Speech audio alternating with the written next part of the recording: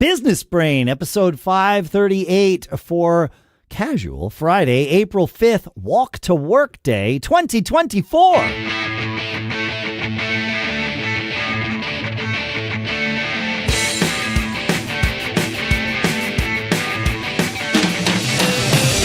Greetings, folks, and welcome to Business Brain, the show where we take a few ideas, concepts, thoughts, we dissect them, we analyze them, we use them to tune our business brains so that every time we get together is valuable time together.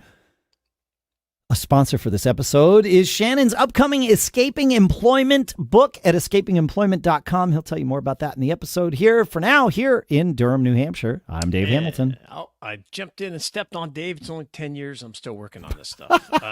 I'm still out here in Lafayette, California. I'm Shannon Jean, and happy Casual Friday. Happy Casual Friday. I figured this would be a good day to talk about Cheech and Chong. Oh, you can't get any more casual than that, dude. You know, it sounds, that is their image, isn't it? I understand. But they are businessmen, yes? Correct. Yep. I saw, while I was at South by Southwest, I saw the world premiere of Cheech and Chong's last movie. Oh. Yep.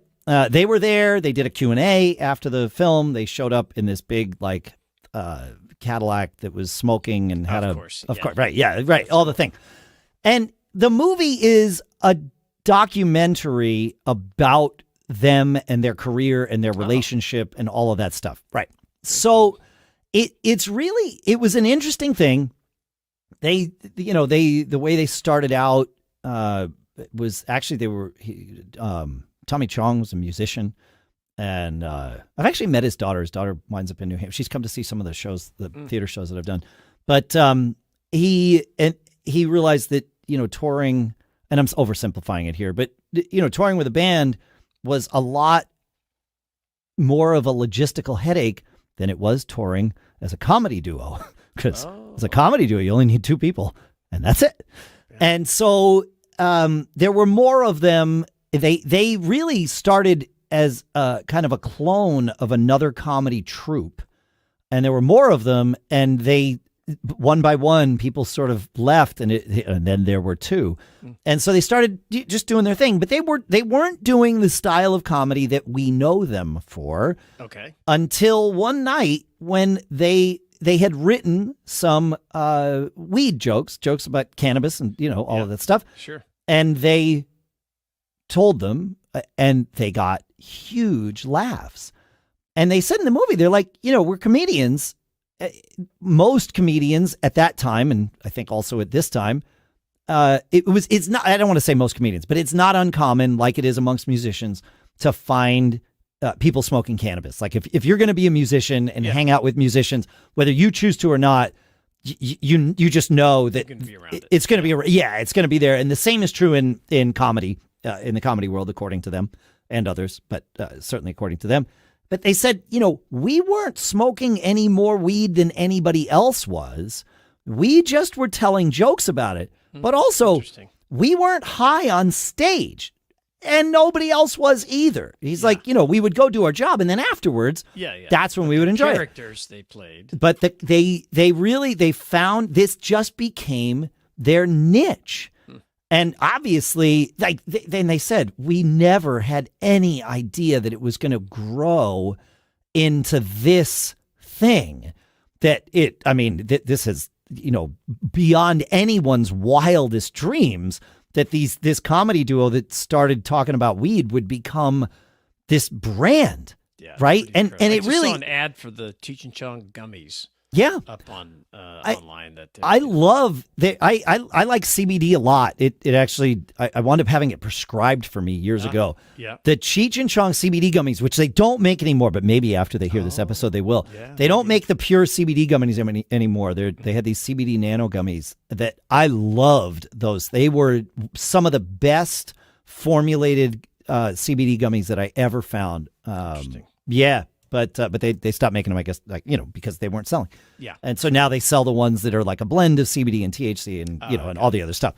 Yeah. But, it was really interesting. And the movie has some great business lessons because they made some bad decisions, as often happens early in a career where it is, at least back in those days, you couldn't really self-promote and make it like you can now. Not that that's easy, but it's certainly more possible now because you can be your own distribution now. You be a creator. Yeah, but like we are here, like back then, especially when they did their first movie, it wasn't even their idea to do the movie, and they didn't get very much from the movie at all, even though the movie was earning millions, and so there's good business lessons in this movie. In fact, is it going to be streaming somewhere? Or what are they? I would imagine so. I don't.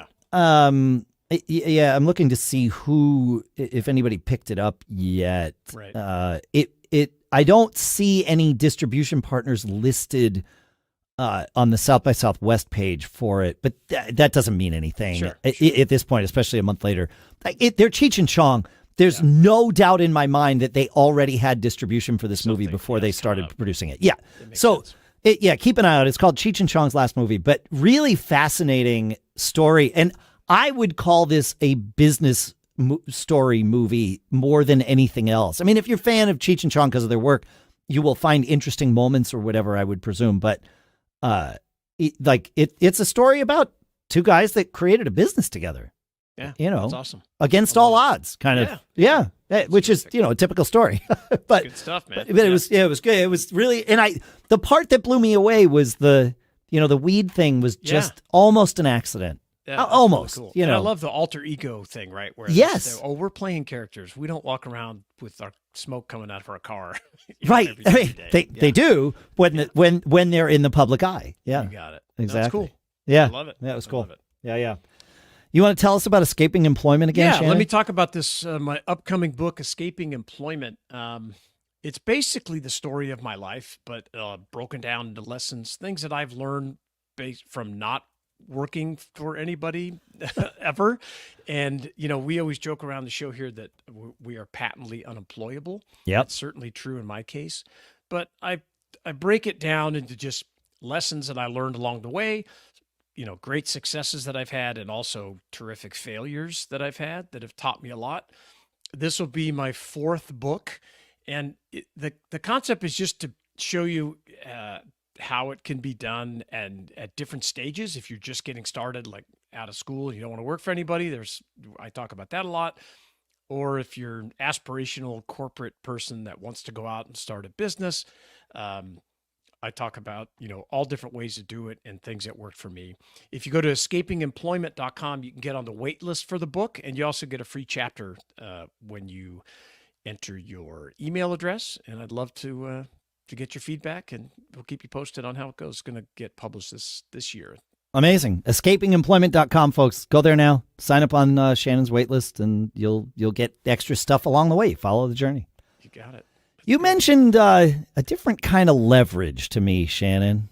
Yeah, I love the concept of leverage, Of course. And when you talk to people, it's really important in business, and there's so many different types of leverage, and like people think of the common ones like, I leverage with real estate, and as I build up equity, I leverage it somewhere else, or I leverage debt. I borrowed a bunch of money, got an SBA loan, and that leverage. So, but I think that the greatest leverage in the world is right at your fingertips, and it doesn't cost you a dime. And I'm a perfect example of how I've used it to leverage not a great skill set, especially when I first started. Right. Not an expert at anything.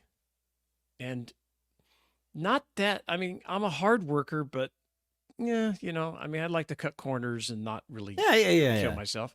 Yeah. And I think, and so what I'll talk about, this thesis is that the most potent form of leveraging, it's made up of three things. Okay. It's made up of optimism, having that positive attitude Yep. all the time. Persistent optimism. Yeah. Just, you can't stop it. Okay. Being able to smile often, even in the face of adversity. That quick smile, it's a big deal, and I'll tell you why. And then maybe the most important part of this trifecta here is having the ability to lift other people up and help them. Oh, yes. Right? Those three things. And I broke this down on a post on X. You can find me, just search for Shannon Jean, or we'll put it in the show notes too. And so the first one is it seems so basic, is your attitude and being an optimist. And I will tell you that I know it comes very natural to me, and I'm just used to it after all these years. Yeah. And it's hard sometimes. It takes effort and you got to work at it. But when you're the positive person in any relationship, whether it's your business, a group, a peer group, people want to be around. Well, people want to be around you, but if you're the negative person, people want a distance from you. Correct. Yeah. When you're positive and you can have that framework, of course things go wrong, but you can also, we were just talking on the Wednesday show about the things I learned losing $1 million, right? Yeah, right. But I make that into a positive story now, because that's just my persistent optimism. Correct. Yes. It brings you better friends, better employees, better customers, better suppliers. It just naturally attracts for lack of a better phrase, higher caliber. Yeah, higher caliber. I was going to say higher quality, but it's kind of subjective. But and you can learn it. This is a teachable, learnable skill. It really just takes one decision that you're gonna do this and commit to it, and you'll miss it sometimes, but even it's because I'm the same way.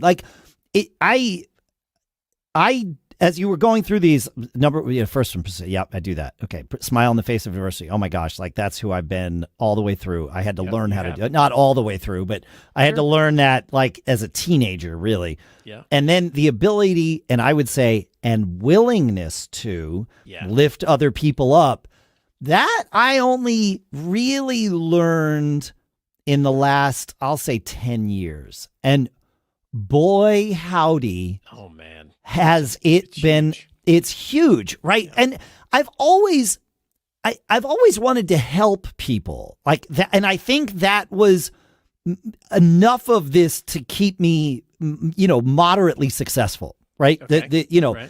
My willingness, my interest, my eagerness in helping people fix things, right? To do things, whatever. Like, you've got a problem, I'm going to help you with it.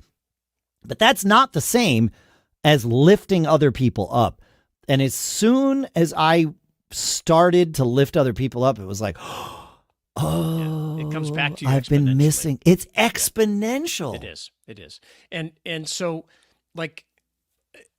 this is learnable, but it's also, like Dave said, you do have to be active with it. It needs to be front of mind. And yes, you're going to do this. Yeah. And that's if you may have to write down notes. Dave and I use these quartet things that go in between our keyboard and our monitor, and it's like a piece of glass, and you write notes on it. Oh, I love the quartet pad. So do I. Yep. Yeah. I often write, positive messages to myself. One of the most powerful ways to become an optimist, or to trick your brain to think more optimistic, is to replace a couple of words. Replace the word have with get. So instead of I have to go here, you get to go. Instead of I have to get up at 6 a.m. or 5 a.m. to catch a flight, it's like, I get to get up at 5 a.m., man. It's beautiful in the morning. Yep. The sun's coming up, whatever it is. So, I can say it sounds easy, but try it for a while. Replace have to with get to. And just think I about like it. this. I like these brain hacks. Replace. It works. Write it down. Put it on a piece of paper. Have to with get to. It's interesting because on Friday I was in LA. I was flying back that afternoon, last Friday, from Podcast Movement, and we always record Mac Geek Gab. Our sort of standing time slot is Friday at 9 a.m. Eastern time. And I looked at my calendar and I'm like, I am going to be available at 9 a.m. Eastern time on Friday. And I'm also flying back that day, but I'm not flying back. My flight wasn't until 1 o'clock. I'm like, well, we're going to be done with the show. My flight wasn't until 4 p.m. Eastern. So I started reframing this day in my head. It was like, okay, well, I'm going to end the day on Eastern time because I'm going to be home. So why not just start my day on Eastern time? Now, I didn't end the prior day on Eastern time. So I got about 4 hours of sleep, mind you, before we did the show. I have video evidence that I did the show. I have no real memory of doing the show, but that's okay. It's fine. My co-host, I did a lot of prep, and my co-host shouldered the load, and so it was great. Yeah. But I was like, at first looking at this, 2 weeks out, it was like, oh man, that's going to hurt. But I would think the same thing. Yeah. But once I said, no, this makes sense, let's just do it. Once I got into that frame, and really even once I got to California and I set up my podcasting setup there, and I'm excited about this new app that I'm using to mix things, Sounddesk for the Mac. It's amazing. I got excited. I'm like, oh, we get to record the show remotely. I have this cool setup that I really like all of those things. It was like, I did. I woke up and I was kind of bleary-eyed and like, whoa, all right, yep, this is harder than I thought, but we're doing it. So here we are. But other than the, kind of obvious issues, I was positive, even with the obvious issues. I was like, I'm going to make this work. Like, I got a story to tell, and I get to do this. Yep. And language is a real important part of this. And I agree. Reframing language. And I'll give you a good example. Years ago, if you like the artist Beck, which I like a lot. You've told this story. I love this story. He has a song that's called Loser. And in that song, there are 3 words. The first word I'm not going to say because I can't let myself think this way. It's something, a loser. And, it has the word I am as part of that phrase. And I don't think that way. So when I sing that song, I replace the word, I'm with your. Yep. I always think I sing that song, you're a loser, baby. Not, I can't think the other way. It's my inner judge has been so fine-tuned over, 30 years of thinking this way that I just replace the words. Another powerful word that I use all the time is yet. Yes. Adding yet to the end of a negative thought or I don't know how to do that. I don't know how to do that yet. That's because it. I'm going to learn how to do it. Or, I'm not good at that yet. You will get better. So these are tricks, but these words are really powerful. You may have to say them to yourself thousands of times. Oh, sure. But eventually it just becomes natural. And it becomes automatic. Automatic. Yeah. Like any other habit.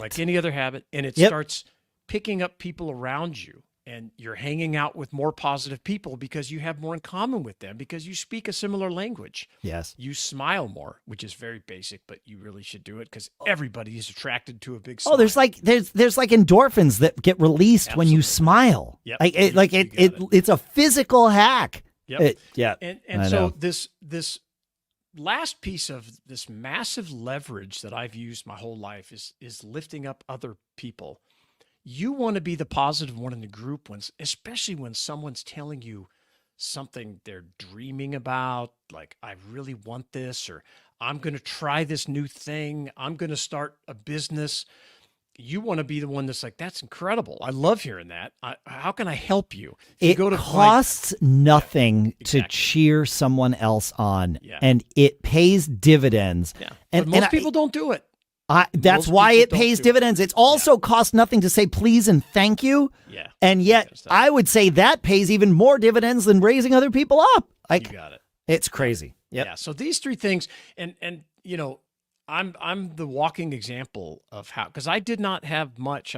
We started with nothing. Yeah. Built things up over time, built relationships. My whole success and building wealth has all been about people's relationship with me, all of it. Yes. And these 3 things, helping them, smiling all the time, quick with a laugh, being an optimist, that it overcomes so many obstacles. And it at least opens, it doesn't change what's possible versus what's not possible.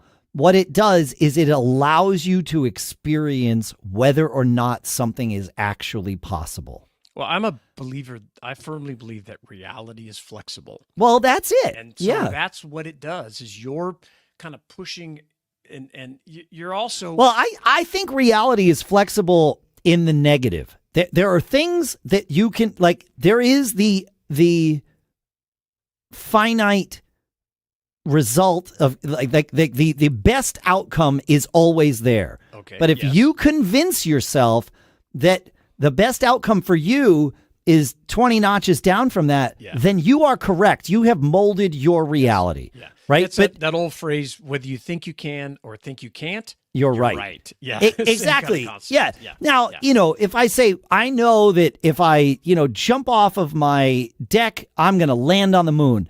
Like, I'm pretty sure there's a physical reality that prevents that from coming to fruition. Right. Yeah, but beyond accepting that there are certain limitations of the world, find out what they are. Don't just assume. Push and push. Widen your, yes. They say if you want to be stable, you got to widen your stance. Mm-hmm. Well, to be lucky, you need to have like a big net and catch it's more very things wide and stuff comes towards you. Yes. These three things are one of the ways that you make that net wider, because if somebody's thinking about an opportunity they want to give to someone, and the choice is between some person, grumpy curmudgeon, negative, and Shannon, who's happy, optimistic, super helpful. How can I help is my mantra.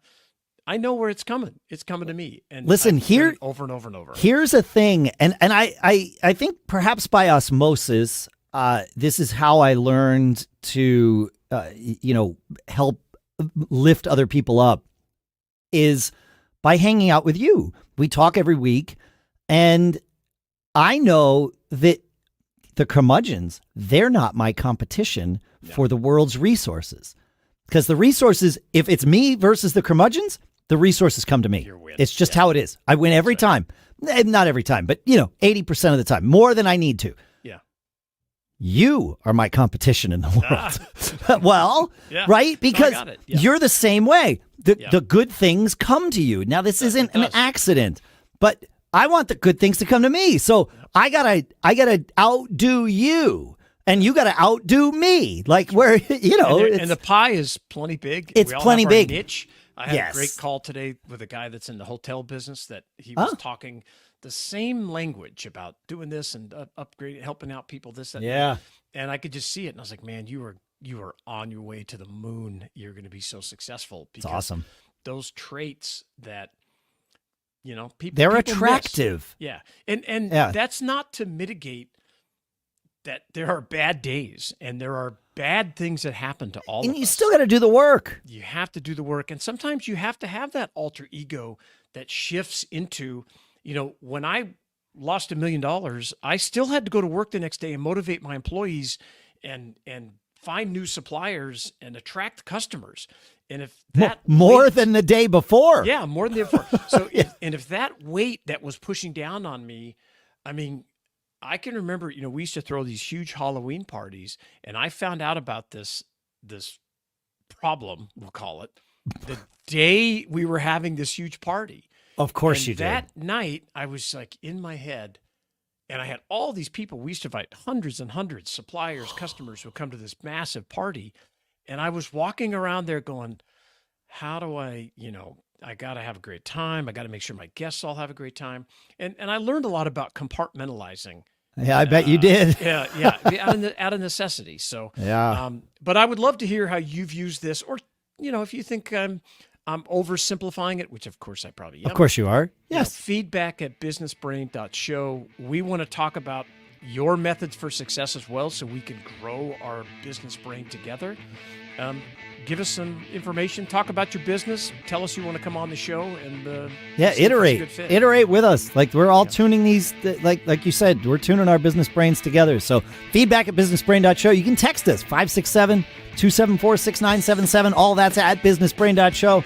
Keep living that charmed life. Have a great weekend, and we'll see you next week. Later.